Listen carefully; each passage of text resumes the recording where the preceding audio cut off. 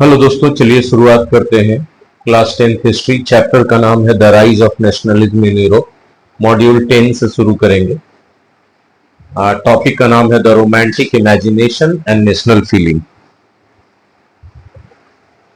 The romantic imagination and national feeling. After Russian occupation the Polish language was forced out of schools and the Russian language was imposed everywhere। क्या हुआ कि रसिया ने Poland पे कब्जा कर लिया। पिछले सेशन में हम लोग यहाँ तक तो पढ़ ही चुके हैं। अब जो देश किसी दूसरे देश पर कब्जा कर लेगा, अपना कॉलोनी बना लेगा, तो धीरे धीरे कोशिश करेगा कि अपना लैंग्वेज, अपना कल्चर वहां पर स्प्रेड करे, प्रोपेगेट करे। तो वहां पर पॉलिश लैंग्वेज को पूरी तरह से स्कूलों से खत्म कर दिया गया और हर जगह रशियन लैंग्वेज इंपोज कर दिया गया। इसका एक एग्जांपल आपको यहाँ पे दिखाया जा रहा है। आप देख सकते हैं टेक्स्ट को यहाँ पर पॉलिश लैंग्वेज से रशियन लैंग्वेज में कन्वर्ट किया गया। In 1831, an armed rebellion against Russian rule took place, which was ultimately crushed। फिर क्या हुआ? 1831 ईस्वी में लोगों ने हिंसक विरोध प्रदर्शन शुरू कर दिया। एकदम आर्म्ड तरीके से रिबेल किया, हाथ में हथियार लेके। किसके खिलाफ? रसिया के खिलाफ। लेकिन अल्टीमेटली रसिया ने उसको क्रश कर दिया। Following this, many members of the clergy in Poland began to use language as a weapon of national resistance। ठीक है। और उसके बाद क्या हुआ कि बहुत सारे जो क्लर्जी मेंबर्स थे, जो पादरी समुदाय थे, उसके बहुत सारे मेंबर्स थे पोलैंड में, उन लोगों ने लैंग्वेज को नेशनल रेजिस्टेंस के वेपन के रूप में यूज करना शुरू कर दिया। उन लोगों ने भाषागत बहिष्कार शुरू किया। This was especially so in the case of Poland, which had been partitioned at the end of the 18th century by the great powers, Russia, Prussia and Austria। अब हुआ क्या कि स्पेशली पोलैंड के केस में क्या हुआ कि उसको 18th सेंचुरी के एंड आते आते तक ग्रेट पावर्स के द्वारा, कौन कौन से ग्रेट पावर्स थे? रसिया, प्रूसिया और ऑस्ट्रिया के द्वारा बांट दिए गए अलग अलग भाग में पोलैंड को, है ना। कुछ भाग रसिया ने ले लिया, कुछ प्रूसिया ने ले लिया, कुछ ऑस्ट्रिया ने ले लिया। ठीक है, इस तरह से ऐसे, है ना, ध्यान। Even though Poland no longer existed as an independent territory, national feelings were kept alive through music and language। अब तो देखिए पोलैंड बढ़ चुका था, डिवाइड हो चुका था, तो अब तो पोलैंड इंडिपेंडेंट टेरिटरी के रूप में था नहीं, लेकिन फिर भी जनता के मन में म्यूजिक और लैंग्वेज के द्वारा नेशनल फीलिंग्स को जिंदा रखा गया। मतलब ऐसे ऐसे संगीत बनाए गए, ऐसे ऐसी भाषाओं में कविताएं और रचनाएं की गई, जिससे सारी जनता पोलैंड को एकजुट रूप से वैसे ही एकजुट रह गई। For example, Karl Kurpinski celebrated the national struggle through his operas and music. अब देखिए, जब भी देश के स्वतंत्रता का संघर्ष होता है तो उसमें खाली स्वतंत्रता संग्राम में भाग लेने वाले स्वतंत्रता सेनानी ही भी नहीं होते हैं, बल्कि रचनाकार, साहित्यकार, कलाकार, इन सब का भी प्रमुख योगदान रहता है उस संघर्ष को जन जन तक पहुंचाने में। तो पोलैंड के स्वतंत्रता संग्राम के संघर्ष में भी ऐसा ही रोल रहा कलाकारों का। इसमें एक लेखक थे जिनका नाम था करोल कुर्पिनिस्की। इन्होंने नेशनल स्ट्रगल को अपने ओपराज और म्यूजिक के द्वारा काफी सेलिब्रेट किया। मतलब अपने ओपराज में और अपने म्यूजिक में उन्होंने दर्शाया देश के स्वतंत्रता संग्राम को, नेशनल स्ट्रगल को। He turned folk dances like the Polonaise and Mazurka into nationalist symbols। उन्होंने फोक डांसेस को पोलोनाइज कर दिया, मतलब, और वहां पर मजूरका को नेशनलिस्ट सिंबल के रूप में यूज किया उन्होंने अपने ओपेराज में, अपने म्यूजिकल प्रोग्राम्स में। Polish was used for church gatherings and all religious instructions. जब भी चर्च में लोग जमा होते थे या फिर कोई धर्म का इंस्ट्रक्शन देना होता था, लोगों को धार्मिक निर्देश दिए जाते थे, तो वो पोलैंड के लैंग्वेज में, पॉलिश लैंग्वेज में दिए जाते थे। As a result, a large number of priests and bishops were put in jail. अब इसके फलस्वरूप हुआ क्या, क्योंकि रसिया तो चाहता था कि पोलैंड का लैंग्वेज पूरी तरह से खत्म हो जाए, लोग पोलिश लैंग्वेज को भूल जाए। लोग लैंग्वेज भूलेंगे तो धीरे धीरे अपना कल्चर भूल जाएंगे और उसके जगह पर रशियन कल्चर आने लगेगा। तो सिर्फ वो लोग राजनीतिक रूप से गुलाम नहीं होंगे, बल्कि भावनात्मक और मानसिक रूप से, सांस्कृतिक रूप से, कल्चरल फॉर्म में हर तरह से गुलाम हो जाएंगे रसिया के। तो जब वहां के पादरी समुदाय के लोगों ने अपने धर्मगत कार्यों में पोलैंड के लैंग्वेज, पोलिश लैंग्वेज को यूज करना शुरू कर दिया, तो रिजल्ट के रूप में बहुत सारे बिशप थे, बहुत सारे प्रिस्ट थे, जिनको जेल में डाल दिया गया कि तुम लोग ऐसा क्यों कर रहे हो। They were sent to Siberia by the Russian authorities as punishment for their refusal to preach in Russian. और जितने भी रशियन ऑथोरिटीज थे, अधिकारी थे, उनको, उन पादरियों को उठा के, उन फादर्स को उठा के, उन प्रीस्ट को उठा के साइबेरिया भिजवा दिए सजा के तौर पे। जैसे इंडिया से काले पानी दिया जाता था ना, तो साइबेरिया भी रसिया का काले पानी है। साइबेरिया ऐसा जगह है जहां पर कि साल में 8 महीना तो समझिए बर्फ ही पड़ता रहता है, पूरी तरह से मार्केट बंद रहता है, बहुत कम आबादी है। उन लोगों को उठा के साइबेरिया भेज दिया, क्योंकि गुनाह क्या था भाई उन प्रीस्ट लोगों का? गुनाह यही था कि आप लोग जो रिलीजियस प्रीच कर रहे हैं, सरमन्स दे रहे हैं, वो रशियन में क्यों नहीं दे रहे, वो आप पॉलिश लैंग्वेज में क्यों दे रहे। ठीक है, अब आप लोग समझ जाइए कि जब अंग्रेज इंडिया में आए होंगे तो कैसे उन लोगों ने हिंदी को और यहाँ के भारतीय भाषाओं को दबा के इंग्लिश का वर्चस्व करवाया, और आज तक हम लोग अंग्रेजी के लिए मानसिक रूप से गुलामी झेल ही रहे। The use of Polish came to be seen as a symbol of the struggle against Russian dominance. अब चूंकि पॉलिश लैंग्वेज बोलने पर, पॉलिश लैंग्वेज का यूज करने पर प्रीस्ट्स को जेलों के अंदर डाला जा रहा था, साइबेरिया भेजा जा रहा था रशियन अथॉरिटीज के द्वारा, तो क्या होगा, आम जनता में मैसेज जाएगा ना कि जो पॉलिश भाषा अगर हम बोल रहे हैं तो समझिए कि हम रशियन डोमिनेंस का विरोध कर रहे हैं। तो ज्यादा से ज्यादा लोग पॉलिश भाषा बोलना शुरू कर दिए होंगे। ठीक है, इसी के साथ मॉड्यूल 10 खत्म हो जाता है, मॉड्यूल 11 में चलते हैं। ठीक है, अब जब क्या होगा, क्रांति होगी, तो जो अथॉरिटी है वो सप्रेस करेंगे, दबाएंगे, दबाएंगे तो रोजगार छीना जाएगा, लोगों को जेल में डाला जाएगा, लोगों पर टैक्स ज्यादा लगाया जाएगा, बहुत तरह की चीजें की जाएगी, जिसके फलस्वरूप हंगर होगा, लोगों के जीवन में मुसीबतें, हार्डशिप्स बढ़ेंगी, और फिर वो रिवोल्ट क्या होगा, लोगों का, पीपल का रिवोल्ट बन जाएगा, पॉपुलर रिवोल्ट बन जाएगा। ठीक है, अब 1830s के डिकेड में क्या हुआ, ग्रेट इकोनॉमिक हार्डशिप आ गया यूरोप में। यूरोप जो है आर्थिक तंगी और आर्थिक मुसीबतों के दौर से गुजरने लगा।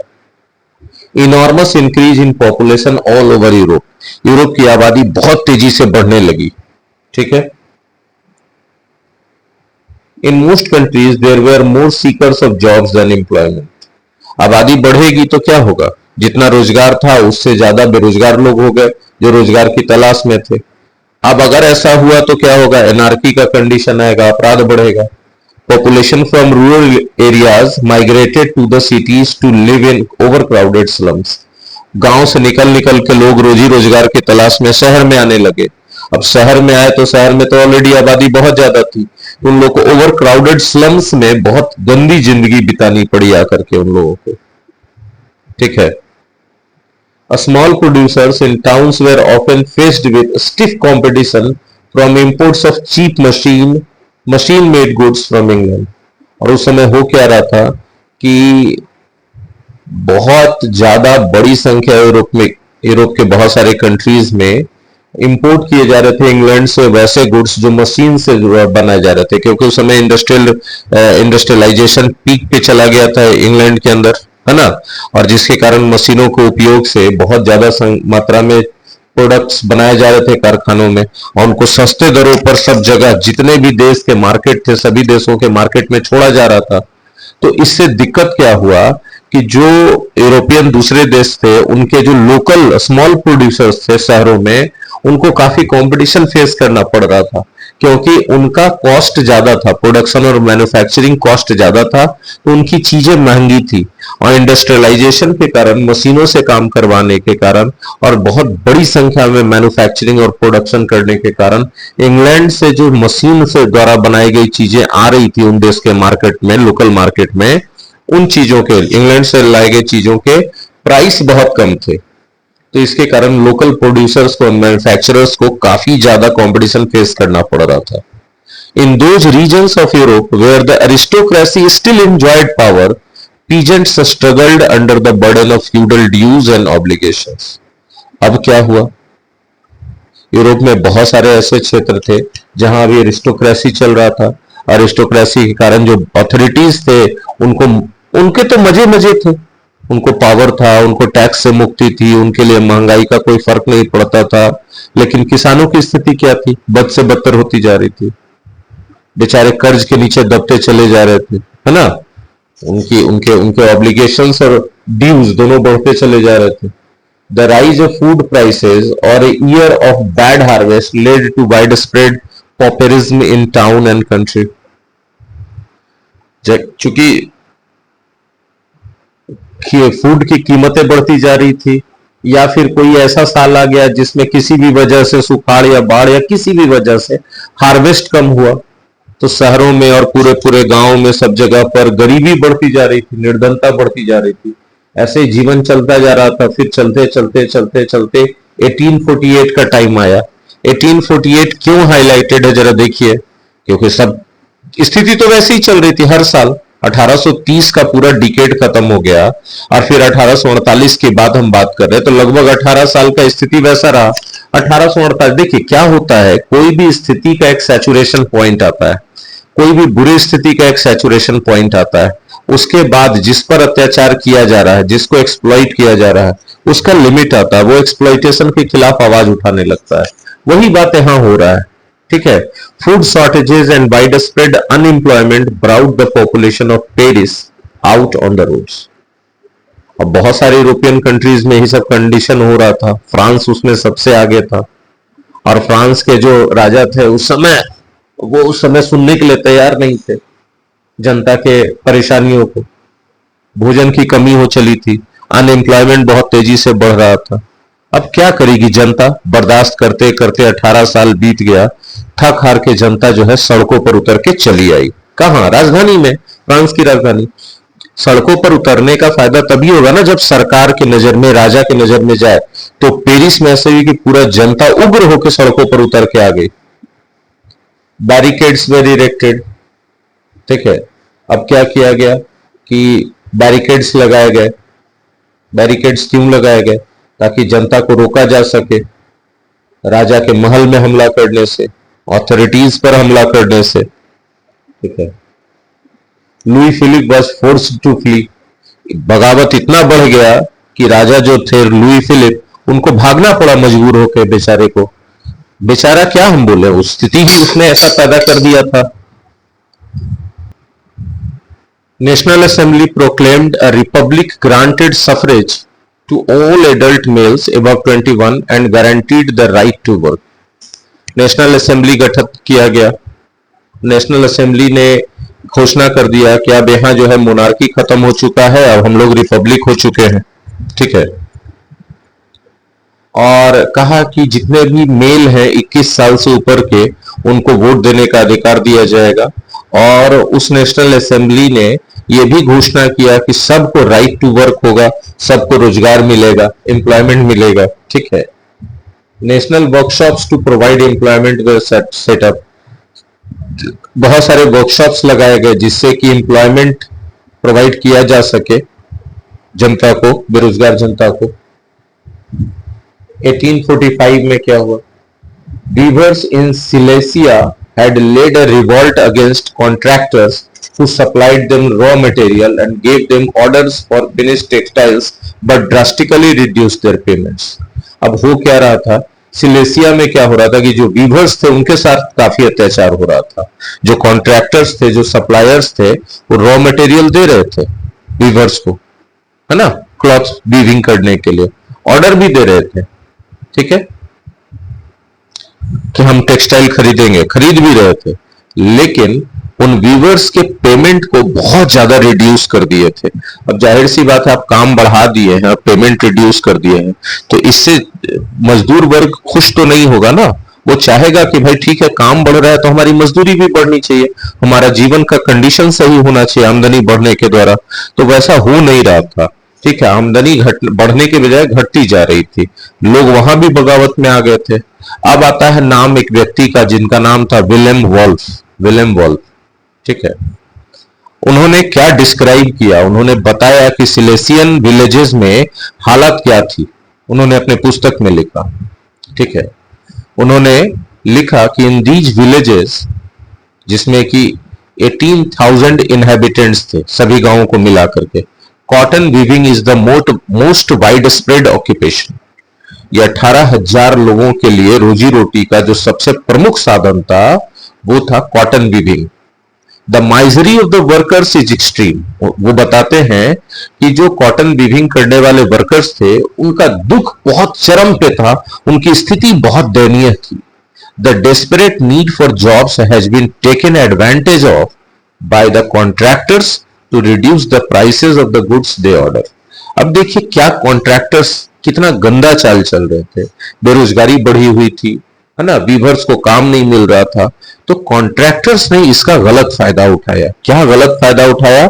उन्होंने उन लोगों के सामने शर्त रख दिया कि भैया काम तो देंगे लेकिन पैसा इतना ही देंगे, है ना, आपको काम तो देंगे लेकिन मजदूरी कम देंगे। अब बेचारे जो बेरोजगार वीवर्स थे जिनके पास कोई काम नहीं था, वो मरते क्या ना करते, स्वीकार कर लिया, लेकिन उसको झेल नहीं पा रहे थे।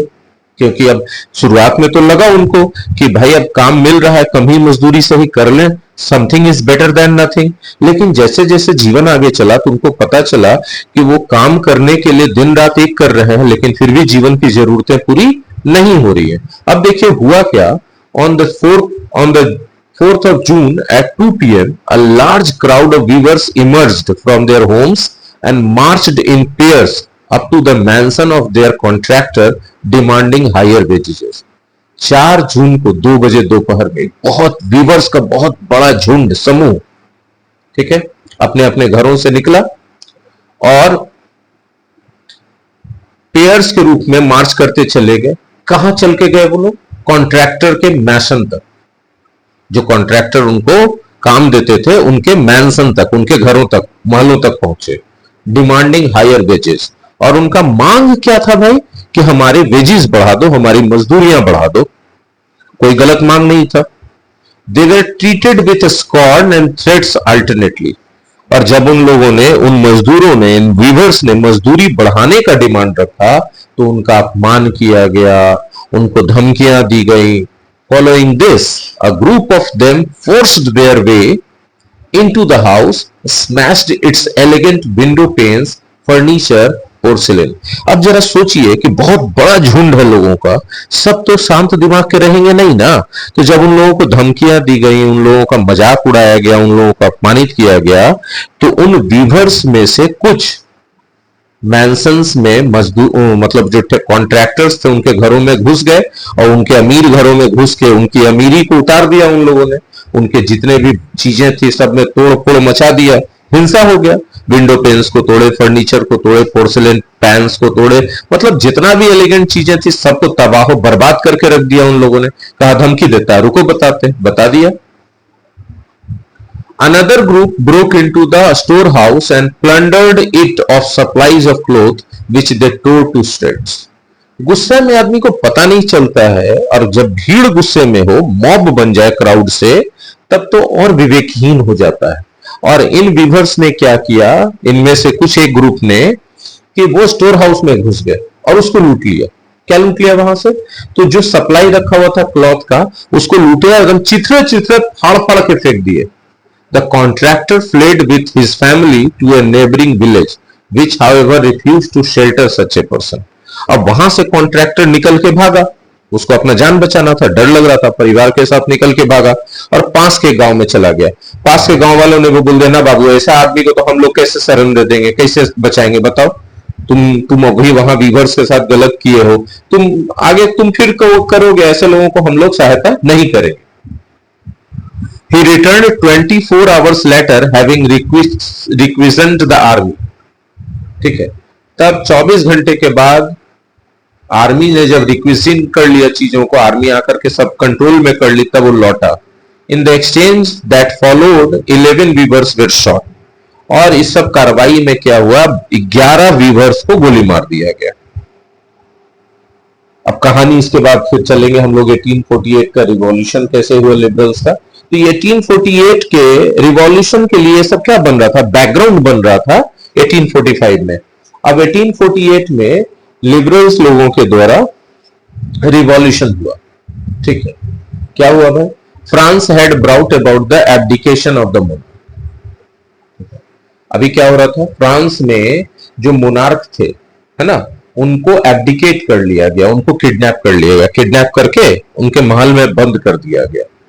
A republic based on universal male suffrage had been proclaimed, और वहां पर एक घोषणा कर दी गई कि अब France is not any more under monarchy, it is a republic. Republic मतलब कि वहां जनता का शासन चलेगा और यूनिवर्सल मेल सफरेज होगा, मतलब जितने भी पुरुष हैं। अभी भी देखिएगा, जब डेमोक्रेसी आ जाता है सही मायने में तो जेंडर से डिस्क्रिमिनेशन नहीं होना चाहिए, लेकिन अभी वहां डिस्क्रिमिनेशन हो रहा है। वहां पर जितने भी मेल थे उनको वोटिंग का राइट दे दिया गया। In the German regions, a large number of political associations whose members came together. अभी तो फ्रांस का सीन था, अब जरा जर्मनी का सीन देखिए। जर्मनी में क्या हो रहा है, जर्मनी में एक बहुत बड़ी संख्या में पॉलिटिकल एसोसिएशंस, ठीक है, जिसके मेंबर एक साथ हो गए, सामने आए बहुत सारे पॉलिटिकल एसोसिएशंस के। Their members were middle class professionals. Members कौन थे, जो मिडिल क्लास प्रोफेशनल्स थे, बिजनेसमैन थे, प्रॉस्पेरस आर्टिसंस थे, who decided to vote for an all German national assembly in the city of Frankfurt. Frankfurt शहर में घटना हो रही थी जर्मन में। देखिए फ्रांस में तो उधर उतना काम हो गया, सारा यूरोप एकदम उथल पुथल से गुजर रहा था। जर्मनी में क्या हो रहा था कि जितने भी मिडिल क्लास वाले लोग थे, है ना, वो सब अलग अलग पॉलिटिकल एसोसिएशन के रूप में सारे मेंबर्स एक जगह इकट्ठा हो गए। कौन सी जगह पर, फ्रैंकफर्ट में, है ना। और उन लोगों ने डिसाइड किया कि वो लोग वोटिंग करके, है ना, इलेक्शन करके जर्मन नेशनल असेंबली बनाएंगे, जैसे फ्रांस में हुआ था। On the 18th May in 1848, 831 elected representatives marched in a festive procession to take their places in the Frankfurt Parliament convened in the Church of St. Paul. अब देखिए, जनता ने decide किया, उन लोगों ने इलेक्शन भी करा दिया, इलेक्शन करके रिप्रेजेंटेटिव भी चुन लिए। कितने रिप्रेजेंटेटिव चुने गए, 831 रिप्रेजेंटेटिव्स चुने गए, इलेक्ट किए गए। चुने गए मतलब इलेक्शन के द्वारा इलेक्ट किए गए। अब इनका कहां चलेगा, पार्लियामेंट कहां चलेगा, तो जगह चुना गया सेंट पॉल चर्च, फ्रैंकफर्ट में ही है, ठीक है। तो फ्रैंकफर्ट में चूंकि मेंबर्स चुन लिए गए हैं असेंबली के, तो असेंबली का पार्लियामेंट कहीं चलना चाहिए ना, तो बिल्डिंग कौन सा होगा, तो उन्होंने सेंट पॉल चर्च को बिल्डिंग के रूप में चुना। और 18 मई 1848 ईस्वी, 18th of May 1848 को ये सारे के सारे पहुंच गए कहां, उसी में सेंट पॉल चर्च में, फ्रैंकफर्ट के। और कैसे गए, एकदम फेस्टिव प्रोसेशन के रूप में, पूरा एकदम ढोल नगाड़ा बजाते हुए, नाचते गाते हुए कि इलेक्शन जीत के आए हैं भाई। और वहां पहुंच के इन लोगों ने क्या कर दिया, they drafted a constitution for a German nation to be headed by a monarchy subject to a parliament. अब उन्होंने कहा ठीक है, हम राजा को हटाएंगे नहीं, राजा ही शासन करेगा, लेकिन the raja means monarch will be accountable to a parliament. वो किसके लिए अकाउंटेबल होगा, पार्लियामेंट के लिए। अभी पार्लियामेंट का चुनाव कौन करेगी, जनता करेगी, जिसमें 831 मेंबर। और ऐसा करके इस सब नियमों के साथ उन्होंने वहां एक कॉन्स्टिट्यूशन ड्राफ्ट कर दिया जर्मनी का, कि जर्मनी पूरा इसको मानेगा। When the deputies offered the crown on these terms to Frederick William IV, King of Prussia. अब क्या हो गया कि भाई जर्मनी में अब ठीक है, इन शर्तों के साथ राजा कौन बनेगा, राजा तो रहना चाहिए ना एक तो, ठीक है, पार्लियामेंट के लिए वो अकाउंटेबल होगा, लेकिन होगा कौन राजा। तब नाम चुना गया एक आदमी का, Frederick William fourth, Frederick William the fourth, ठीक है। तो उनको ये उस समय प्रूसिया के राजा थे, वो उनको दे दिया गया कि जिम्मेवारी क्या आप बनिएगा। वो बोले ना बाबा, हम नहीं बनना है, हमको नहीं राजा वाजा बनना है। Rejected it and joined other monarchs to oppose the elected assembly. क्यों भाई मोनार्क क्यों अपोज कर रहे थे? क्योंकि जब आप पार्लियामेंट के लिए अकाउंटेबल हो जाएंगे तो आपके राइट्स और प्रिविलेजेस तो लिमिटेड हो जाएंगे ना, रिस्ट्रिक्ट हो जाएंगे ना। अब आप अपना आर्बिट्रेरी डिसीजन तो नहीं चुना पाएंगे अपने लग्जरी के लिए, अपने प्लेजर के लिए या अपने बेनिफिट के लिए। तो ये भी तो ऐसे ही थे, ये भी तो मोनार्क ही थे। ये बोले कि ना ना, हम जनता के साथ नहीं रहेंगे, हम बाकी सभी किसके साथ रहेंगे? बाकी मोनार्क्स के साथ रहेंगे जो इस तरह के इलेक्शन और इस तरह के इलेक्टेड असेंबली का विरोध कर रहे हैं। इन्होंने जनता के इस रिक्वेस्ट को नकार दिया। ठीक है, अब आप सोचिए कि इन्होंने सही किया था कि गलत किया था। ठीक है, opposition of the aristocracy and military became stronger, the social basis of parliament eroded। ठीक है, अब क्या हुआ? अभी तक क्या हो रहा था? नेशनल असेंबली बन गया था, पार्लियामेंट बन गया, संविधान लिखा गया, लेकिन सेना तो अभी भी राजा के पास ही थी, है ना। अरिस्टोक्रेसी मतलब जो ऑथोरिटीज थे, ऑफिसर्स थे, वो भी किसके पास थे? मोनार्क के पास ही थे। तो अरिस्टोक्रेसी या मिलिट्री ने इन सब चीजों को स्ट्रांगली अपोज कर दिया। जाहिर सी बात है, अरिस्टोक्रेसी और मिलिट्री अपोज कर रही है तो वो फोर्स यूज करेंगे इन चीजों को क्रश करने के लिए। तो जनता पर कार्रवाई कर दी गई, है ना, सैनिक कार्रवाई कर दी गई, और जिसके कारण जो सोशल बेसिस था पार्लियामेंट का वो इरोड हो गया। मतलब क्या हुआ कि जो समाज था, जो जनता थी, जो इस पार्लियामेंट्री सिस्टम के लिए जुड़ी हुई थी और उसी के आधार पर चला था, वो धीरे धीरे करके टूटती तर हो गया। क्योंकि अब कौन टिकना चाहेगा इस तरह के सैन्य विरोध के सामने? कौन जनता रुकना चाहेगा? तो कोई जनता रुकना नहीं चाहेगा। अब जब जनता नहीं रुकना चाहेगी तो जो सोशल बेसिस पे पार्लियामेंट्री सिस्टम आया था वो बेसिस ही खत्म हो जाएगा, है ना। चलिए आगे बढ़ते हैं। Parliament was dominated by the middle classes who resisted the demands of workers and artisans and consequently lost their support। ठीक है, अब पार्लियामेंट जो था वो मिडिल क्लास के द्वारा डोमिनेट हो रहा था। अब मिडिल क्लास ने रेसिस्ट कर दिया डिमांड्स को, किसके? वर्कर्स के डिमांड्स को, आर्टिसंस के डिमांड्स को, और इसके कारण उनका सपोर्ट क्या हुआ? खत्म हो गया धीरे धीरे सारे का। अब जब आप उनका डिमांड को ही रेसिस्ट कीजिएगा तो सपोर्ट तो खत्म हो ही जाएगा ना।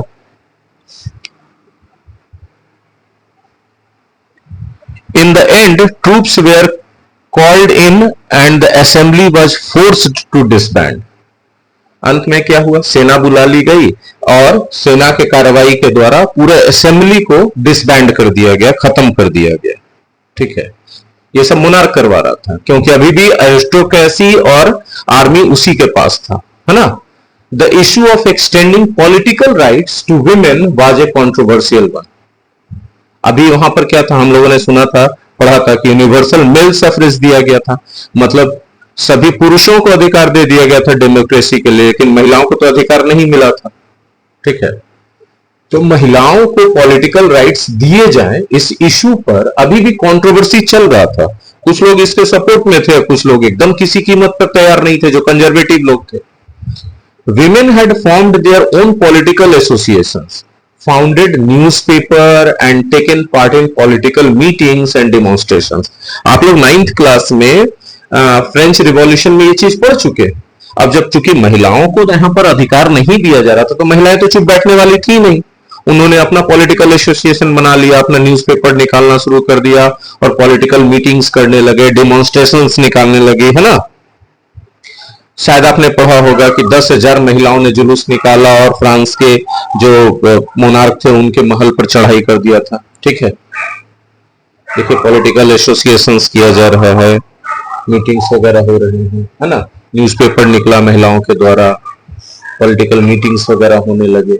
Despite this they were denied suffrage rights during the election of the assembly. लेकिन इतना होने के बावजूद लोगों के कान पर, ऑथोरिटीज के कान पर, है ना, जूं तक नहीं रहेंगी। उन लोगों ने माना ही नहीं कि महिलाओं को अधिकार दिया जाएगा। महिलाओं के अधिकार के लिए सब लोग विरोध करने लगे और विरोध करते रह गए। और यहां तक हुआ कि जब सेंट पॉल में असेंबली का पार्लियामेंट का मीटिंग हुआ, पहला मीटिंग फ्रैंकफर्ट में, तो वहां महिलाओं को परमिशन तो दिया गया अंदर आने का, लेकिन इलेक्टेड मेंबर्स के रूप में नहीं, सिर्फ ऑब्जर्वर्स के रूप में, कि आप खड़े हो जाइए विजिटर्स गैलरी में और देखिए कार्रवाई कैसे होता है। ठीक है, तो महिलाओं पर इतना ज्यादा रेस्ट्रिक्शंस लगाया जा रहा था। यानी अभी अभी एक विरोध होना और बाकी था, महिलाओं का विरोध पूरी तरह से। The autocratic monarchies of Central and Eastern Europe began to introduce the changes that had already taken place in Western Europe before 1850. अब धीरे धीरे क्या हो रहा था कि 1815 के पहले वेस्टर्न यूरोप में जो जो परिवर्तन आ चुके थे, वो सब परिवर्तन अब कहां पर आने लगे थे? सेंट्रल और ईस्टर्न यूरोप में आना शुरू कर दिया। ठीक है, अब किसके द्वारा लाया जा रहा था? सब ऑटोक्रेटिक मोनार्कीज के द्वारा। ठीक है, monarchs were beginning to realize that the cycles of revolution and repression could only be ended by granting concessions to the liberal nationalist revolutionaries. अब मोनार्क्स को ये बात धीरे धीरे रियलाइज होने लगा कि अब इतना ज्यादा कड़ाई करने से काम नहीं चलेगा। जो लिबरल नेशनलिस्ट रिवॉल्यूशनरी है, क्रांतिकारी लोग हैं, उनको कुछ ना कुछ कंसेशंस तो ग्रांट करना ही पड़ेगा। अब ऐसा नहीं होगा कि वो लोग रिवॉल्यूशन करेंगे, हम रिप्रेस करेंगे, वो रिवॉल्यूशन करेंगे, रिप्रेस करेंगे। इतना बार हो रहा है कि अब इससे काम नहीं चलेगा भाई। अब जितने भी लिबरल नेशनलिस्ट रिवॉल्यूशनरीज हैं, जो उनका डिमांड है, उन पे कुछ तो विचार करना पड़ेगा, कुछ तो कंसेशंस करना ही पड़ जाएगा। Serfdom and bonded labour were abolished. अब क्या हुआ? जो 1815 में से पहले हो चुका था वेस्टर्न यूरोप में, उनमें से कुछ कुछ चीजें ये लोग मोनार्क लोग लागू करना शुरू कर दिए। जैसे सर्फडम और बॉन्डेड लेबर खत्म कर दिया गया। ठीक है, in the Habsburg dominions and in Russia. Habsburg dominion में, रसिया में धीरे धीरे करके क्या खत्म कर दिया गया? बॉन्डेड लेबर खत्म कर दिया गया और सर्फडम खत्म कर दिया गया। ठीक है, the Habsburg rulers granted more autonomy to the Hungarians. Hungary के लोगों को हैब्सबर्ग रूलर्स ने थोड़ा ज्यादा ऑटोनॉमी यानी स्वतंत्रता देना शुरू कर दिया। ठीक है, अब धीरे धीरे हम लोग चलेंगे। अब इसी कहानी के बीच में क्या हो गया कि जर्मनी और इटली का मेकिंग हुआ। तो मॉड्यूल 13 में अब हम लोग इसको पढ़ने वाले। ठीक है, देखिए जर्मनी है ना,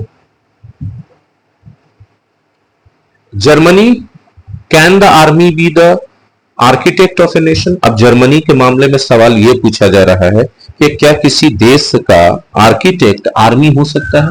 किसी देश का रूपरेखा तैयार करने का हक आर्मी को दिया जाना चाहिए। Nationalist sentiments were often mobilised by conservatives for promoting state power and achieving political domination over Europe. National sentiment mobilise किए जा रहे थे, किसके द्वारा? कंजर्वेटिव्स के द्वारा। कंजर्वेटिव्स जो है, लोगों के बीच राष्ट्र की भावना, राष्ट्रीयता की भावना, नेशनलिज्म की भावना को बहुत तेजी से जगा रहे थे। क्यों कर रहे थे वो चाह रहे थे कि स्टेट पावर को प्रमोट किया जाए और पॉलिटिकल डोमिनेशन यूरोप के ऊपर अचीव कर लिया जाए। किसके द्वारा? जनता की मदद से। लिबरलिस्ट कंजर्वेटिव लोग क्या चाह रहे थे कि नेशनलिस्ट सेंटिमेंट को जगा करके, है ना, स्टेट पावर को, मतलब राजाओं के, मोनार्क के पावर को प्रमोट किया जाए, उसको बढ़ाया जाए। और क्या होगा इससे उनको पॉलिटिकल डोमिनेशन मिल जाएगा पूरे यूरोप के ऊपर, ऐसा वो चाह रहे थे। This can be observed in the process by which Germany and Italy came to be unified as nation states. और आप इस चीज को एकदम आसानी से देख सकते थे इस एग्जाम्पल में, जब जर्मनी और इटली को यूनिफाई कर दिया गया, एकजुट कर दिया गया, नेशन स्टेट बना दिया गया जोड़ के, तो आप इस प्रोसेस में आसानी से देख सकते हैं कि कैसे राजा के पावर को, मोनार्क के पावर को, स्टेट के पावर को बढ़ाने के लिए सारे तिकड़म किए जा रहे थे। Nationalist feelings were wide spread among middle class German. Middle class German के बीच नेशनलिस्ट फीलिंग्स बहुत तेजी से बढ़ रहा था। In 1848, they tried to unite the different regions of the German Confederation into a nation state, governed by an elected parliament. 1848 में लोगों ने कोशिश किया कि जितना भी डिफरेंट रीजन है जर्मन कॉन्फेडरेशन का, उस सबको कंबाइन कर दिया जाए, जोड़ दिया जाए, एक नेशन स्टेट बना दिया जाए। और वहां पर इलेक्टेड पार्लियामेंट के द्वारा गवर्न किया जाए। ठीक है। This liberal initiative to nation building was however repressed by the combined forces of the monarchy। ठीक है।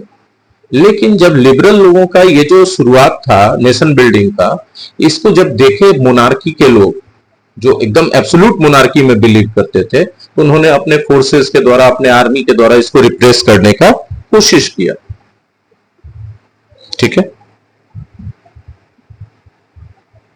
और इसको सपोर्ट की मोनार्की को किसने किया? लार्ज लैंड ओनर्स जो थे, जिनको जंकर्स कहा जाता था, प्रूसिया के, उन लोगों ने। From then on Prussia took on the leadership of the movement for national unification. ठीक है। अब यहां से क्या हुआ कि प्रूसिया ने लीडरशिप अपने हाथ में ले लिया नेशनल यूनिफिकेशन के मूवमेंट का। उसने कहा कि हम सब राष्ट्रों को जोड़ेंगे। Chief minister Otto von Bismarck was the architect of this process carried out. Otto von Bismarck जो चीफ मिनिस्टर थे, वो आर्किटेक्ट थे इस प्रोसेस का, मतलब यूनिफिकेशन का जो प्रोसेस हो रहा था उसका पूरा रूपरेखा डिजाइन इन्होंने तैयार किया। ठीक है। He took help of the Prussian army. उन्होंने प्रूशियन आर्मी का मदद भी लिया इसमें, एंड ब्यूरोक्रेसी का भी मदद लिया। 3 wars over 7 years with Austria, Denmark and France ended in Prussian victory and completed the process of unification। Bismarck एक मजबूत नेता थे। अपने सेना की मदद से उन्होंने 3 हमले किए, 7 साल में 3 युद्ध लड़े। कौन कौन? ऑस्ट्रिया के खिलाफ, डेनमार्क के खिलाफ और फ्रांस के खिलाफ। और तीनों में प्रूसिया के जो बिस्मार्क थे वो जीत गए और यूनिफिकेशन कर दिया, सबको मिलाकर के एक नेशन स्टेट बनाया। In January 1871, the Prussian King William I was proclaimed German Emperor in a ceremony held at Versailles। Vercelli में एक सेरेमनी हुआ और उसमें जर्मन एम्पेरर जो थे विलियम को जर्मन एम्पेरर घोषित कर दिया गया। विलियम कौन थे? प्रूशियन किंग थे। जनवरी 87 में जो प्रूशियन किंग विलियम थे, उनको जर्मन का एम्पेरर घोषित कर दिया गया वर्सेली में एक सेलिब्रेशन करके। On the bitterly cold morning of 18 January 1871, an assembly comprising the princes of the German states, representatives of the army, important Prussian ministers including the chief minister Otto von Bismarck। अब 18 जनवरी 1871 ईस्वी, एकदम कड़कड़ाती ठंड थी सुबह सुबह, और एक असेंबली हुआ जिसमें जर्मन स्टेट्स के प्रिंसेस, सारे के सारे प्रिंस थे, है ना, जितने भी जर्मन स्टेट्स थे उनके प्रिंस थे, आर्मी के रिप्रेजेंटेटिव्स थे, और प्रूसिया के इंपॉर्टेंट मिनिस्टर्स थे, और chief minister Otto von Bismarck भी उसमें प्रेजेंट हुए। ठीक है। ये सब इकट्ठा हुए और in the unheated hall of mirrors in the palace of Versailles, ठीक है, to proclaim the new German empire headed by Kaiser William of first of Prussia. Prussia के जो कैसर विलियम फर्स्ट थे, उनको जर्मन एम्पायर के रूप में राजाभिषेक करवाने के लिए फंक्शन हुआ। ये सब वहां पर अटेंड किए। अब इटली का यूनिफिकेशन के बारे में आपको पढ़ना है मॉड्यूल 14 में। इटली का unification, like Germany, Italy too had a long history of political fragmentation। Italians were scattered over several dynastic states as well as the multinational Habsburg Empire। अब जर्मनी भी इटली की तरह टूटा बिखरा हुआ था, पॉलिटिकल फ्रेगमेंटेशन हुआ हुआ था। पूरा इटालियन जितना भी साम्राज्य था छितराया हुआ था, अलग अलग डायनेस्टिक स्टेट्स में छितराया हुआ था, और वहां हैब्सबर्ग का एम्पायर था जो मल्टीनेशनल एम्पायर था। ठीक है, पूरा टूटा बिखरा था। 19th century Italy was divided into 7 states। अब जो टूटा बिखरा था तो कितने भागों में टूटा बिखरा था? 7 स्टेट्स में टूटा बिखरा था पूरा Italy, of which only one, Sardinia, Piedmont, was ruled by an Italian princely house। और इटालियन प्रिंसली हाउस के कब्जे में सिर्फ 7 में से एक था, सर्डिनिया पिडमोंट था। सर्डिनिया पिडमोंट 2 जगह है, देखिए दोनों को मैप में दिखाया जा रहा है। ठीक है। The north was under Austrian Habsburg. ठीक है, और जो नॉर्थ वाला पार्ट था वो ऑस्ट्रियन हैब्सबर्ग के अंडर में था। The centre was ruled by the pope, और जो सेंटर वाला पार्ट था वो पोप के अंडर में था। सदर्न रीजन से under the domination of the Bourbon Kings of Spain, और जो सदर्न पार्ट था स्पेन के बॉर्बन किंग्स के अंडर में था। ठीक है। Even the Italian language had not acquired one common form and still had many regional and local variations. अब देखा जाए तो ये सिर्फ पॉलिटिकल बिखराव नहीं था, ये कल्चरल बिखराव था। कल्चरल बिखराव इस लेवल तक कि जो इटालियन लैंग्वेज था उसका भी एक कॉमन फॉर्म नहीं हो पाया था। अलग अलग रीजन्स में, अलग अलग लोकेलिटीज में बहुत सारे वेरिएशंस के साथ इटालियन लैंग्वेज था, जिसके कारण ये एकजुटता की फीलिंग जनता में नहीं आ पाती थी। ठीक है। During the 1830s, Giuseppe Mazzini had sought to put together a coherent program for a unitary Italian republic. 1830s के डिकेड में गिसेपी मजीनी ने कोशिश किया था एक बार कि कोहेरेंट प्रोग्राम किया जाए ताकि इटालियन रिपब्लिक को यूनाइट किया जा सके, एकजुट लाया जा सके। He had also formed a secret society called Young Italy for the dissemination of his goals. अपने गोल को ज्यादा से ज्यादा लोगों तक पहुंचाने के लिए उसने एक सीक्रेट सोसाइटी का भी गठन किया था जिसका नाम था यंग इटली। ये सीक्रेट सोसाइटी क्या करता था? इसके लक्ष्य को ज्यादा से ज्यादा लोगों तक पहुंचाता था, ठीक है, ताकि लोग जान सकें और एकजुट हो सके। The failure of revolutionary uprising both in 1831 and 1848 meant that the mantle now fell on Sardinia Piedmont under its ruler king Victor Emmanuel II to unify the Italian states through war. अब क्या हो गया कि दो बार प्रयास किया गया है ना, 1831 में, 1848 में, दोनों बार फेलियर हो गया। ये जो रिवॉल्यूशनरी अपराइजिंग हुआ था इसका मतलब था कि अब जिम्मेवारी किस पर आ गई थी? सर्डिनिया पिडमोंट पे, ठीक है। और उसके रूलर उस समय कौन थे? किंग विक्टर इमैनुअल II थे। अब इन पर जिम्मेवारी आ गई कि इटालियन स्टेट्स को वॉर के थ्रू, युद्ध करके सबको कब्जे में लेके यूनाइट कर देंगे। In the eyes of ruling elites of this region a unified Italy offered them. अब जो उस समय जो रूलिंग एलिट्स थे, जो लोग शासन में थे उस क्षेत्र में, अलग अलग छोटे छोटे क्षेत्रों पर कब्जा करके शासन कर रहे थे, उनके नजर में यूनिफाइड इटली से क्या उनको फायदा होने वाला था? तो पहला था कि the possibility of economic development, possibility होना चाहिए कि संभावना बढ़ जाएगी कि इकोनॉमिक डेवलपमेंट हो जाएगा, आर्थिक विकास हो जाएगा। उन लोग को ऐसा लगता था।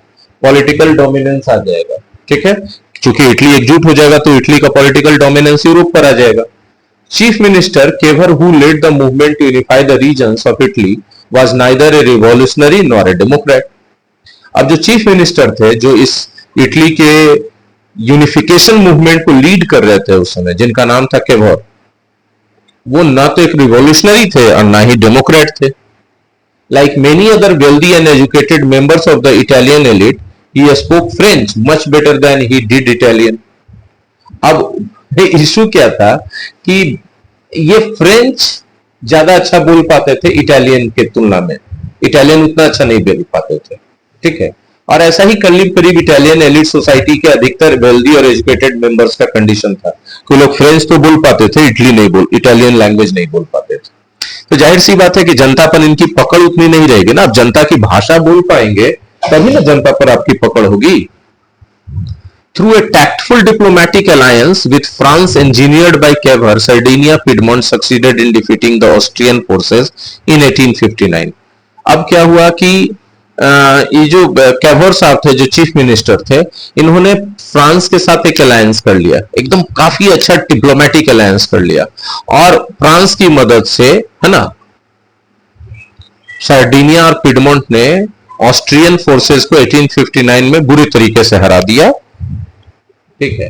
Apart from regular troops, a large number of armed volunteers under the leadership of Giuseppe Garibaldi joined the फ्रे।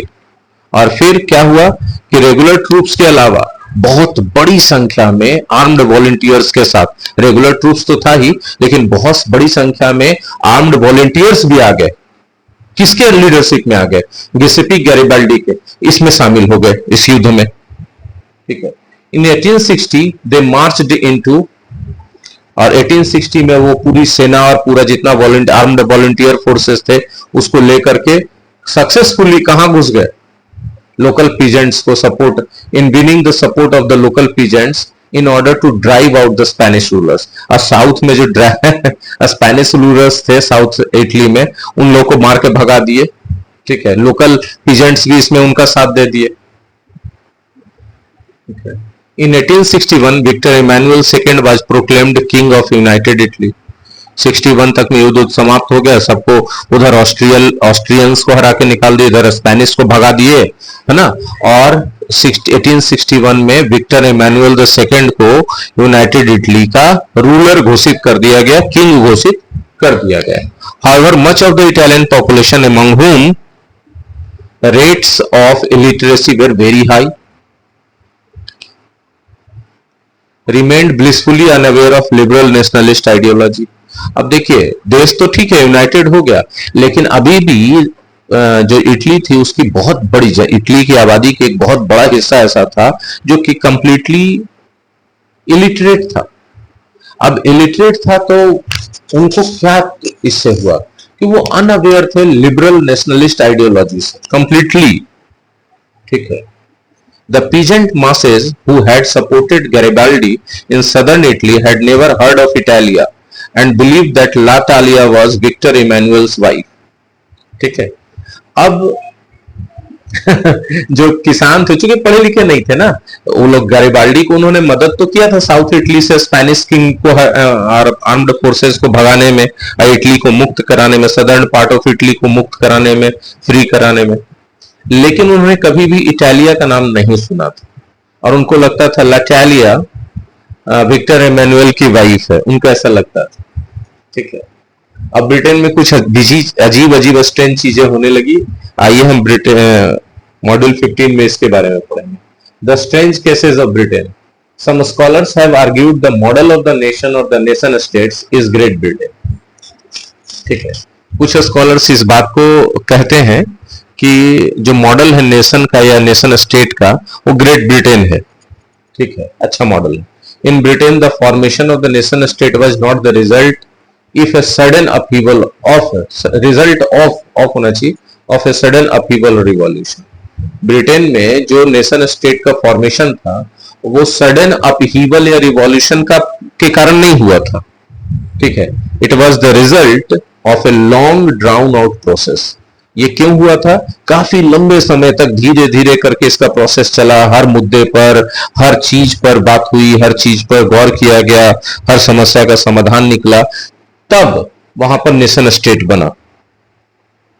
There was no British nation prior to the 18th century.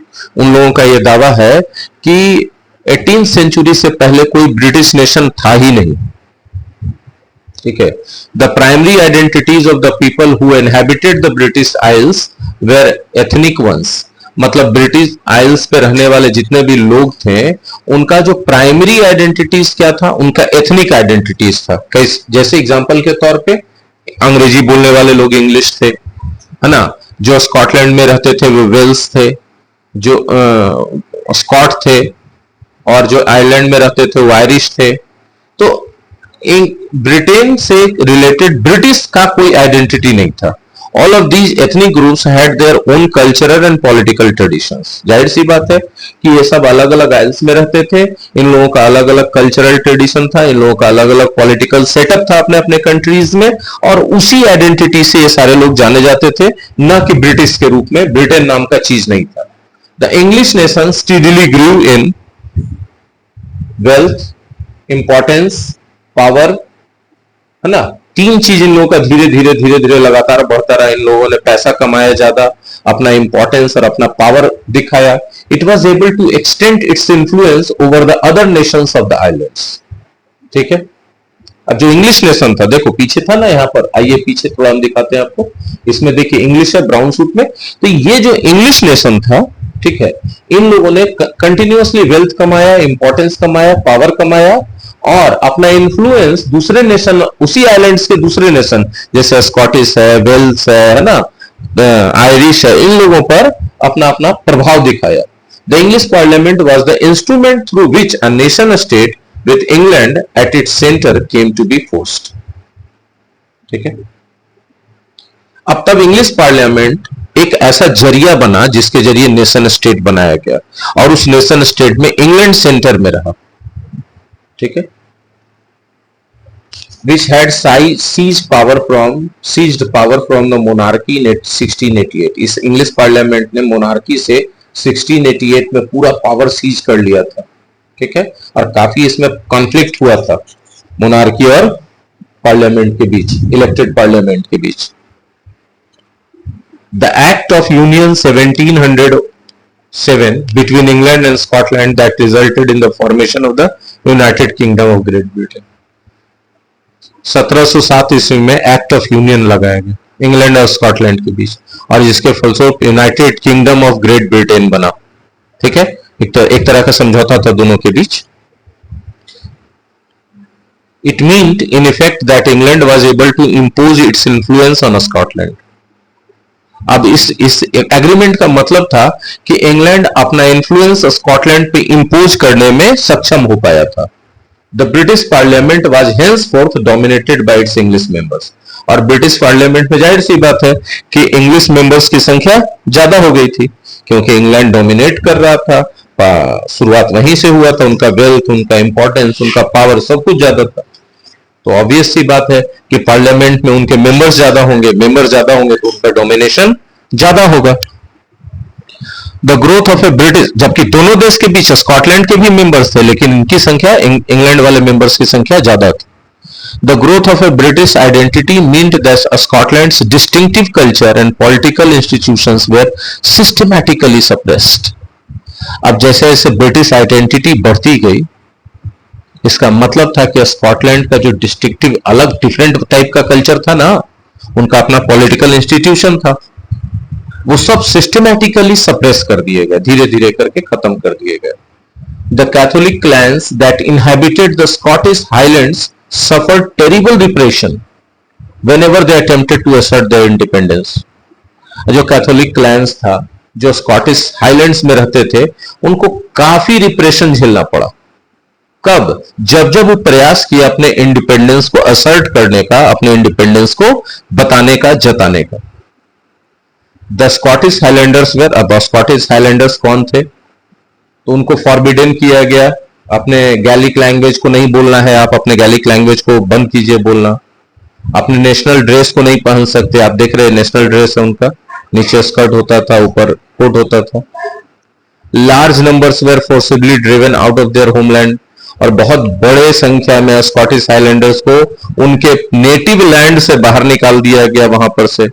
Ireland suffered a similar fate, Ireland के साथ भी ऐसे ही दुर्भाग्यपूर्ण स्थिति रही। Ireland was a country deeply divided between Catholics and Protestants, वहां जितने भी ईसाई थे वो दो ग्रुप में बटे हुए थे, कैथोलिक और प्रोटेस्टेंट, और दोनों के बीच काफी गहरा डिस्टिंक्शन या डिफरेंसेस थे। The English helped the Protestants of Ireland to establish their dominance over a largely Catholic country। अब चूंकि इंग्लैंड भी एक प्रोटेस्टेंट कंट्री था, तो जाहिर सी बात है कि उसने प्रोटेस्टेंट, वहां जो आयरलैंड के रहने वाले लोग जो प्रोटेस्टेंट क्रिश्चियन थे, उनको मदद किया कि भाई कैथोलिक कंट्रीज पर आप अपना डोमिनेंस दिखाइए। तो इस तरह से इंग्लैंड ने वहां प्रोटेस्टेंट क्रिश्चियंस को काफी मदद किया, और कैथोलिक जो मानने वाले थे उनको काफी दबाया। तो अब क्या होगा? Catholic revolts against British dominance, और फिर उसको सप्रेस कर दिया गया। तो कैथोलिक लोग जो है ब्रिटिश डोमिनेंस के खिलाफ रिवोल्ट किए। अब रिवोल्ट किए तो ब्रिटिश लोगों ने उसको दबा दिया, सप्रेस कर दिया। After a failed revolt led by Wolfe Tone and his United Irishmen 1798 में जो हुआ था, Ireland was forcibly incorporated into the United Kingdom. अब क्या हुआ कि उस समय वोल्फ टोन अपने यूनाइटेड आयरिशमैन के साथ 1798 में रिवोल्ट किए थे, लेकिन उसको पूरी तरह से कुचल डाला गया, और आयरलैंड को जबरदस्ती यूनाइटेड किंगडम में 1801 ईस्वी में 3 साल के बाद, ठीक है, जबरदस्ती इनकॉर्पोरेट कर दिया गया, शामिल कर दिया गया, उसको यूनाइटेड किंगडम का हिस्सा बना दिया गया। A new British nation was forged through the propagation of a dominant English culture। अभी जो नया ब्रिटिश नेशन बना, ठीक है, उसमें इंग्लिश कल्चर डोमिनेट कर रहा था, जबरदस्ती करवाया जा रहा था। The symbols of the new Britain, अब जो न्यू ब्रिटेन था उसका सिंबल क्या था? वो जो ब्रिटिश फ्लैग था, यूनियन जैक, जो अभी भी चलता रहा है। National anthem, God save our noble king, ये द इंग्लिश लैंग्वेज, अब डच, वेल्स, आयरिश सारे लैंग्वेजेस को धीरे धीरे करके सप्रेस कर दिया गया, खत्म कर दिया गया, खाली इंग्लिश लैंग्वेज चलने लगा और ये सब चीजों को एक्टिवली प्रमोट किया गया। और जो पुराने नेशंस थे वो पूरे पूरे यूनियन में सबऑर्डिनेट पार्टनर के रूप में रह गए, उनका कोई वैल्यू ज्यादा रह नहीं गया, क्योंकि ना तो उनका कोई नेशनल फ्लैग वैलिड था, ना उनका नेशनल एंथम वैलिड था, और ना उनके लैंग्वेज को कोई अप्रूवल मिल रहा था। ठीक है, अब आइए मॉड्यूल 16 में, विजुअलाइजिंग द नेशन। ठीक है, while it is easy enough to represent a ruler through a portrait or a statue, how does one go about giving a face to a nation? ठीक है, हम लोग ये समझते हैं कि एक रूलर के स्टैचू बनाना या उसका पोर्ट्रेट बनाना आसान है, लेकिन एक नेशन को आप कैसे फेस देंगे, आप नेशन को कैसे पोर्ट्रेट करेंगे? Artists in the 18th and 19th century found a way out by personifying a nation. तब 18th और 19th सेंचुरी में आर्टिस्ट लोगों ने क्या किया इसके लिए कि उन्होंने नेशन को पर्सनिफाई किया, यानी नेशन को एक पर्सन के रूप में, है ना, in other words they portrayed as female figure, और जब पर्सनिफाई किया तो फीमेल फिगर्स के रूप में नेशन को पोर्ट्रेट किया उन लोगों ने। ठीक है, the female form that was chosen to personify the nation did not stand for any particular woman in real life, rather it sought to give the abstract idea of the nation a concrete form. अब जब nation को पर्सनिफाई किया गया women के रूप में, तो ये जो विमेन थी ये कोई रियल लाइफ से ली गई विमेन नहीं थी, ये एक एब्स्ट्रैक्ट आइडिया था नेशन का जिसको कॉन्क्रीट फॉर्म में दर्शाया जा रहा था। ठीक है, That is the female figure became an allegory of the nation. इसका मतलब क्या हुआ कि जो फीमेल फिगर है वो नेशन का साइन बन गया, एलेगरी बन गया। You will recall that during French Revolution, artists used the female allegory to portray ideas such as liberty, है ना, justice, ये सब अलग अलग आइडियाज को पोर्ट्रे करने के लिए फीमेल फिगर को दिखाया था ना आर्टिस्ट ने। Republic, these ideas were represented through specific objects or symbols. As you remember, the attributes of liberty are the red cap और the broken chain। बिल्कुल सही है कि जब हम लोग को लिबर्टी, वहां पर आर्टिस्ट को लिबर्टी दिखाना था तो क्या दिखाते थे, रेड कैप या ब्रोकन चेन दिखाते थे, फीमेल होती थी लेकिन रेड कैप, है ना। जस्टिस दिखाने के लिए क्या दिखाते थे, ब्लाइंड फोल्डेड वुमेन थी carrying a pair of weighing scales, है ना। क्यों? क्योंकि कानून किसी को देख के फैसला नहीं करता कि कोई कैसा है। Similar female allegories were invented by artists in the 19th century to represent the nation. इसी तरह का फीमेल एलेगरी आर्टिस्ट लोगों ने इन्वेंट कर लिया 19th सेंचुरी में नेशन को रिप्रेजेंट करने के लिए। In France, she was Christian Marianne, a popular Christian name which underlined the idea of people's nation. France में वो एलेगरी कौन सी महिला को बनाया गया, क्रिश्चियन मैरियन, क्रिश्चियन नेम है मैरियन, ठीक है, और ये पीपल्स नेशन को अंडरलाइन करता है, हाईलाइट करता है ये, क्योंकि एक पॉपुलर नेम है। Her characteristic were drawn from those of liberty and the republic, the red cap, the tricolour, the cockade, ठीक है, ये सारी चीजों को लिबर्टी और रिपब्लिक से लिया गया, रेड कैप लिया गया, ट्राई कलर लिया गया, कॉकेड लिया गया, है ना। Statue of Marianne were erected in public squares to remind the people of the nation, symbol of unity, and to persuade them to identify with it. अब स्टैच्यू ऑफ मैरियम को public squares में, मतलब सड़कों पर, चौराहों पर बनाया गया ताकि लोगों को याद रहे कि हमारा नेशनल सिंबल है यूनिटी का, कि हम लोग यूनाइटेड हैं, और उन लोगों को धीरे धीरे कन्विंस कर दिया गया कि अपने आप को इससे जोड़ के लोग देख पाए। Marianne images were marked on coins and stamp, उनके इमेजेस को कॉइन्स पर, स्टैम्प्स पे भी मार्क किया गया। Germania became the allegory of the German nation, देखिए जर्मेनिया, है ना, और वही ना इटली वाले में कहा गया था कि इटली के जो पीजेंट्स थे वो इलिटरेट थे, उनको समझ में नहीं आ रहा था कि इटालिया क्या है। तो इटालिया उसी तरह से एक एलेगरी थी, विमेन फिगर थी जो कि यूनाइटेड इटली को रिप्रेजेंट कर रही थी। तो उन लोगों को लग रहा था कि नहीं नहीं, ये जो इटली के जो है लीडर हैं, उनकी वाइफ, वो समझ रहा था कि उनकी वाइफ है, किसान लोग। ठीक है। In visual representations, Germania wears a crown of leaves as the German oak stands for heroism. German में ओक के पेड़ों के पत्तियों को चैंपियंस को या फिर बहादुरों को सम्मान के रूप में पहनाया जाता था। तो इसीलिए इस विजुअल रिप्रेजेंटेशन में जर्मेनिया को भी क्राउन पहनाया गया जर्मन ओक के लीव्स का। ठीक है, कि बहादुर देश है। अब नेशनलिज्म एंड इंपेरियलिज्म के बारे में थोड़ा सा भी बात कर ले, मॉड्यूल 17 में। नेशनलिज्म और imperialism. By the last quarter of the 19th century, nationalism no longer retained its idealistic liberal democratic sentiment of the first half of the century. By the last quarter of the, देखिए 19th century के first half में nationalism में एक liberal democratic sentiment था जो काफी idealistic था। लेकिन 19th सेंचुरी का लास्ट क्वार्टर आते आते वो आइडियलिस्टिक जो सेंटीमेंट था वो बरकरार नहीं रहा नेशनलिज्म के मामले में।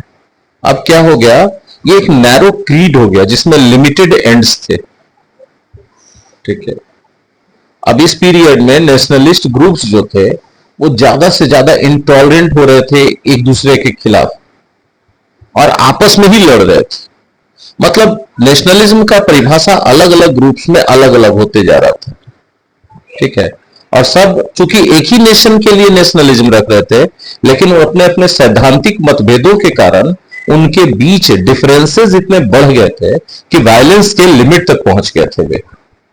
The major European powers in turn manipulated the nationalist aspirations of the subject peoples in Europe to further their own imperialist aims. जो मेजर यूरोपियन पावर्स थे उन्होंने मैनिपुलेट करना शुरू कर दिया। किसको? नेशनलिस्ट एस्पायरेशंस को, मतलब राष्ट्र भावना, राष्ट्रीयता की भावना को। किसके राष्ट्रीयता की भावना को? जो प्रजा थी उसके, यूरोप में, है ना। किस लिए? ताकि अपने इंपेरियलिस्ट एम्स को पूरा कर सके। यानी जनता में जो राष्ट्रीयता की भावना थी उसको लोग भड़का रहे थे, मेजर यूरोपियन पावर्स, जो बड़े बड़े यूरोपियन देश थे, ताकि वो अपना इंपेरियलिस्टिक एम्स, मतलब अपने देश की सीमा बढ़ाने का जो महत्वाकांक्षा था शासकों के अंदर, उसको वो पूर्ति कर सके जनता की मदद से। The most serious source of nationalist tension in Europe after 1871 was the area called the Balkans.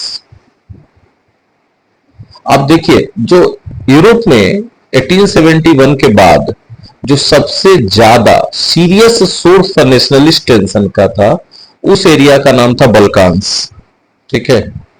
The Balkans was a region of geographical and ethnic variation comprising modern-day Romania, Bulgaria, Albania, Greece, Macedonia, Croatia, Bosnia-Herzegovina, Slovenia, Serbia, Montenegro, whose inhabitants were broadly known as the Slavs.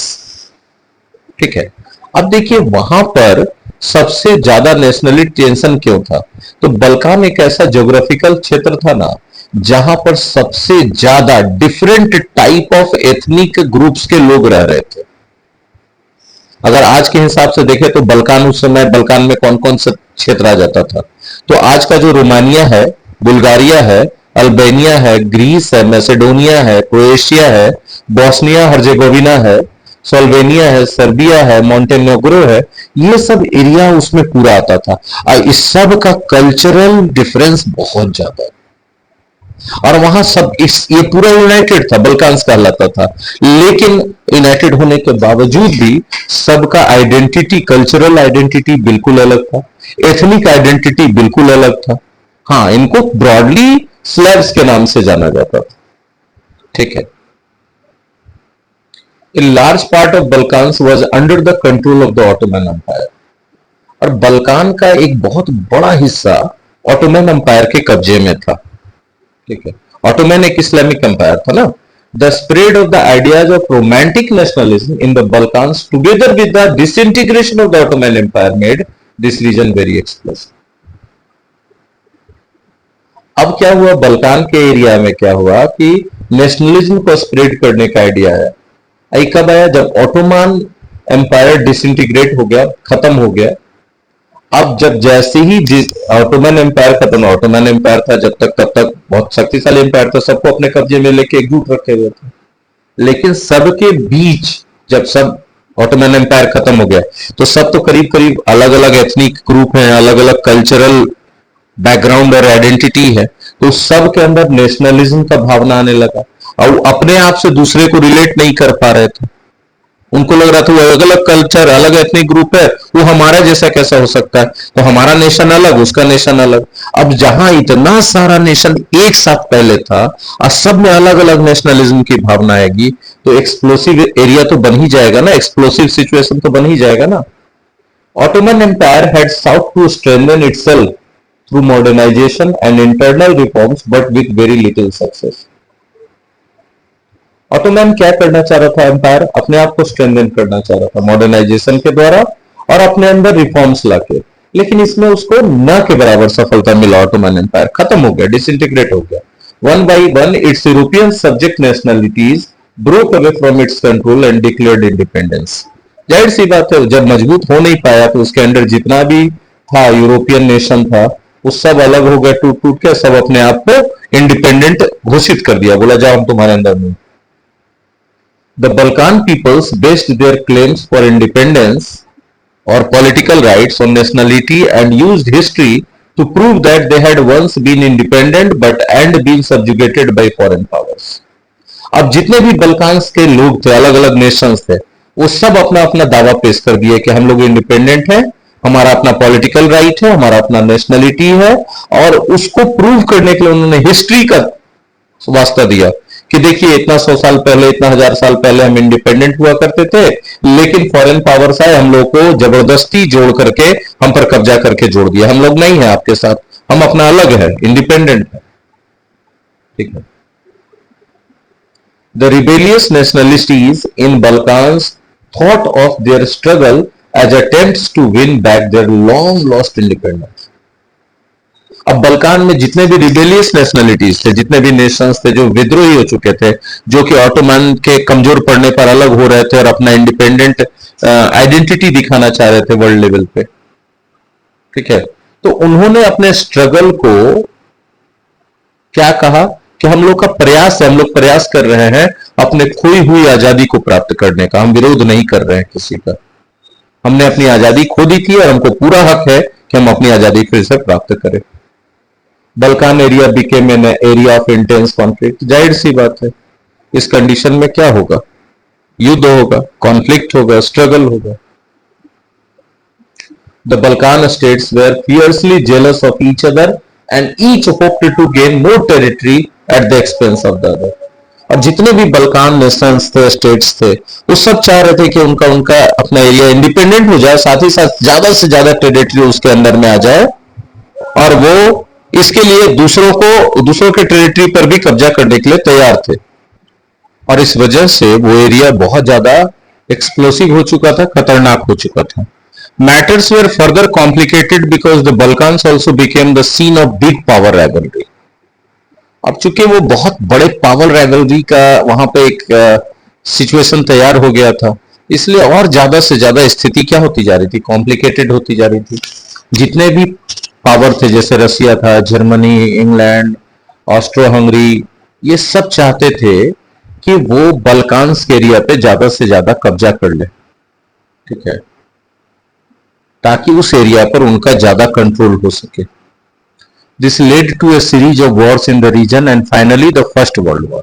और इसी वजह से सारे देश आपस में एक दूसरे से भिड़ रहे थे और अंततः इसके कारण प्रथम विश्व युद्ध हो गया था, first world war. Nationalism aligned with the countries led Europe to disaster. ठीक है. अब जरा देखिए, अभी सभी देशों में नेशनलिज्म था, लेकिन ये नेशनलिज्म धीरे धीरे इस कदर आउट ऑफ कंट्रोल हो गया था कि सबके सब क्या करना चाह रहे थे, अपने टेरिटरी को इंक्रीज करना चाह रहे थे। तो अभी नेशनलिज्म धीरे धीरे ट्रांजिशन होकर के इंपेरियलिज्म की तरफ बढ़ रहा था, और यही पावर हंगर जो है नेशनलिज्म के साथ जब आ गया तो पूरा यूरोप तबाही के बर्बादी के कगार पे जाने लगा। Many countries in the world which had been colonized by the European powers began to oppose imperial domination. अब उस समय तक तो यूरोप के बहुत सारे कंट्री जैसे इंग्लैंड है, फ्रांस है, ये सब क्या कर चुका था, जो विश्व के दूसरे दूसरे देशों पर अपना कॉलोनी बना चुका था।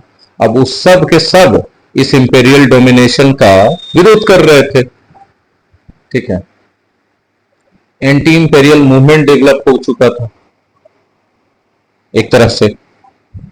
European ideas of nationalism were now nowhere replicated. अब यूरोपियन आइडिया जो था नेशनलिज्म का, वो कहीं पर भी कोई उसको अपना नहीं रहा था, क्योंकि people everywhere develop their own specific variety of nationalism. क्योंकि सब लोग, जो जितना भी राष्ट्र था, जितने भी राष्ट्र के लोग थे, वो सब अपने अपने हिसाब से नेशनलिज्म को परिभाषित कर रहे थे, नेशनलिज्म को डिजाइन कर रहे थे अपने देश के लिए। But the idea that societies should be organized into nation states came to be accepted as natural and universal. लेकिन जो आइडिया था सोसाइटीज का कि सोसाइटी ऑर्गेनाइज होना चाहिए नेशन स्टेट के रूप में, इसको नेचुरल तरीके से और यूनिवर्सल तरीके से एक्सेप्ट कर लिया गया था, ये बात तो तय है।